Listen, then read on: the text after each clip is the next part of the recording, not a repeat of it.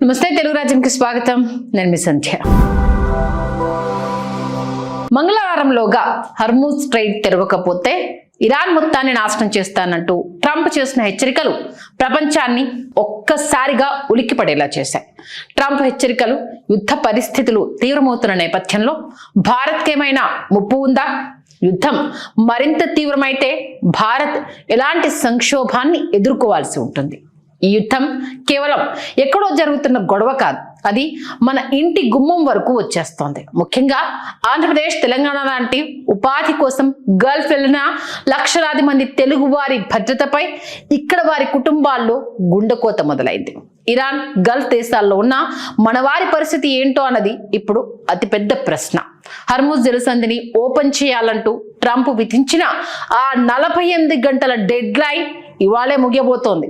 రేపు ఇరాన్లో ప్రళయం ముంచుకొస్తుందా? ట్రంప్ అన్నంత పని చేసి పెను విధ్వంసాన్ని సృష్టిస్తారా అన్నది ఇప్పుడు ప్రపంచవ్యాప్త టెన్షన్. ఒక్కటి మాత్రం పక్క, ఇరాన్పై ఏ చిన్న దాడి జరిగినా దాని మొదటి దెబ్బ మనకే తగులుతుంది. పెట్రోల్, డీజిల్, గ్యాస్ ధరలు ఆకాశాన్ని తాకడమే కాదు, నిత్యావసరాల ధరలు పెరిగి సామాన్యుడి బతుకు భారమైపోయే ప్రమాదం పొంచి ఉంది. ప్రస్తుతానికి హర్మూజ్ జలసంధి దగ్గర భారత నౌకలకు ఇరాన్ అనుమతి ఇస్తుండడం వల్ల మనకు పెద్దగా ఇబ్బంది లేకపోయినా అసలు సమస్య అంతా అమెరికాకు ఇరాన్ ఇస్తున్న చెక్ దగ్గరే ఉంది. ప్రపంచవ్యాప్తంగా సరఫరా అయ్యే చమురులో 20% ఈ చిన్న జలసంధి నుంచే వెళ్తుంది. దీన్ని అడ్డం పెట్టుకొని ఇరాన్ యుద్ధంలో పైచేయి సాధించాలని చూడడం ట్రంప్కు మింగుడు పడ్డం లేదు. అందుకే ఆయనంత ఘాటుగా వార్నింగ్ ఇచ్చారు. ఇప్పుడు ఇరాన్ ఆ రూట్లో వెళ్లే నౌకలను అడ్డుకోవడమే కాకుండా వాటి నుంచి టోల్ వసూలు చేస్తూ తన పట్టు బిగుస్తోంది. ఈ ఉద్రిక్తతల వల్ల ఇప్పటికే అంతర్జాతీయ మార్కెట్లో క్రూడ్ ఆయిల్ ధర బ్యారెల్కు $100 మార్కును దాటేసింది. ఒకవేళ యుద్ధం గనక అలాగే కొనసాగితే చమురు సంక్షోభం ఇప్పుడున్న దానికంటే 3 రెట్లు పెరిగే ప్రమాదం ఉందన్న అంచనాలు వేస్తున్నారు.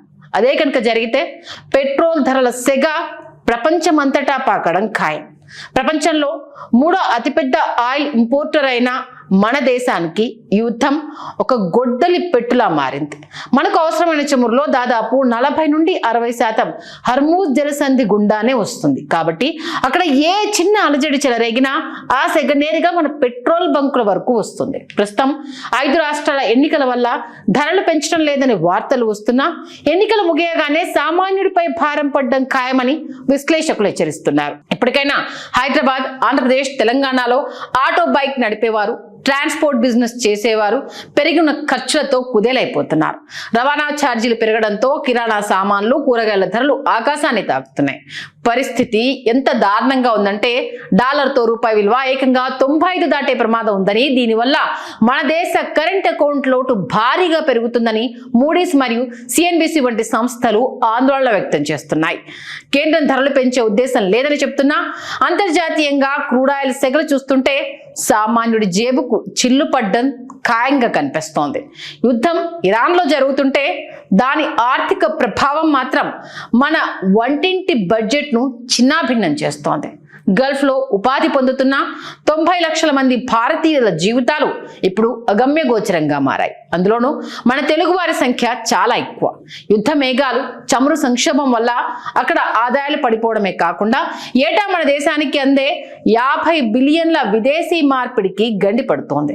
దుబాయ్, సౌదీ వంటి దేశాల్లో ఉన్న మన బంధువులకు ఉద్యోగ భద్రత కరువై వారి ఇప్పటికీ ఇంటికి డబ్బులు పంపలేక సతమతమవుతున్నారు. దీని ప్రభావం కేవలం నగరాలకే పరిమితం కాలేదు. ఎరువులు, యూరియా దిగుమతులు తగ్గి ధరలు పెరగడంతో మన రైతన్నలు కూడా అప్పులు పాలవుతున్నారు. ప్రస్తుతం భారత్, రష్యా, అమెరికా నుంచి చమురు కొనుగోలు చేస్తూ కొంత ఉపశమనం పొందుతున్నట్లు ఇండియా బ్రీఫింగ్ గా పేర్కొన్న గల్ఫ్ నుంచి వచ్చే ఆ మనీ ఆర్డర్లపై ఆధారపడ్డ లక్షలాది కుటుంబాల్లో మాత్రం పెను ఆందోళన నెలకొంది. మరి ముంచుకొస్తున్న ఈ సంక్షోభాన్ని ఎదుర్కొనేందుకు భారత ప్రభుత్వం ఏం చేస్తోంది? మన విదేశాంగ మంత్రి జయశంకర్ గారు ఇప్పటికే ఇరాన్ విదేశాంగ మంత్రితో అత్యవసరంగా మాట్లాడి చమురు నిల్వలు, ఎగుమతులపై చర్చలు జరిపారు.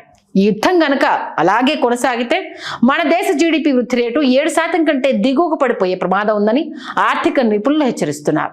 దీని ప్రభావం నేరుగా మన వంటింటి మీద పడబోతోంది. పెరిగిన ధరల వల్ల ఆంధ్రప్రదేశ్, తెలంగాణలోని సామాన్య కుటుంబాలు నెలకు 1000 నుండి 3000 వరకు అదనపు భారాన్ని మోయాల్సి రావచ్చు. ఒకవైపు ట్రంప్ డెడ్ లైన్ వార్నింగ్లు, మరోవైపు ఇరాన్ ఘాటు కౌంటర్లు ప్రపంచమంతా ఊపిరి బిగబట్టి మంగళవారం కోసం ఎదురు చూస్తోంది. రేపు ఏ నిమిషానికి ఏ బాంబు పడుతుందో, ఇరాన్ ఎలాంటి విధ్వంసానికి తెగబడుతుందో అన్న ఆందోళన ప్రతి ఒక్కరిని ఉక్కిరి బిక్కిరి చేస్తోంది. హలో, తెలుగు రాజ్యం ఛానల్ చూస్తున్నారా? సామాజిక, రాజకీయ, జీవన చిత్రణే తెలుగు రాజ్యం. అతిశయోక్తులు, అసత్యాలు ఉండవు. రాజకీయ కోణం కాదు, ప్రజా కోణమే కొలబద్ద. తెలుగు రాజ్యం వీక్షణ మీ ఉత్తమ అభిరుచికి నిదర్శనం.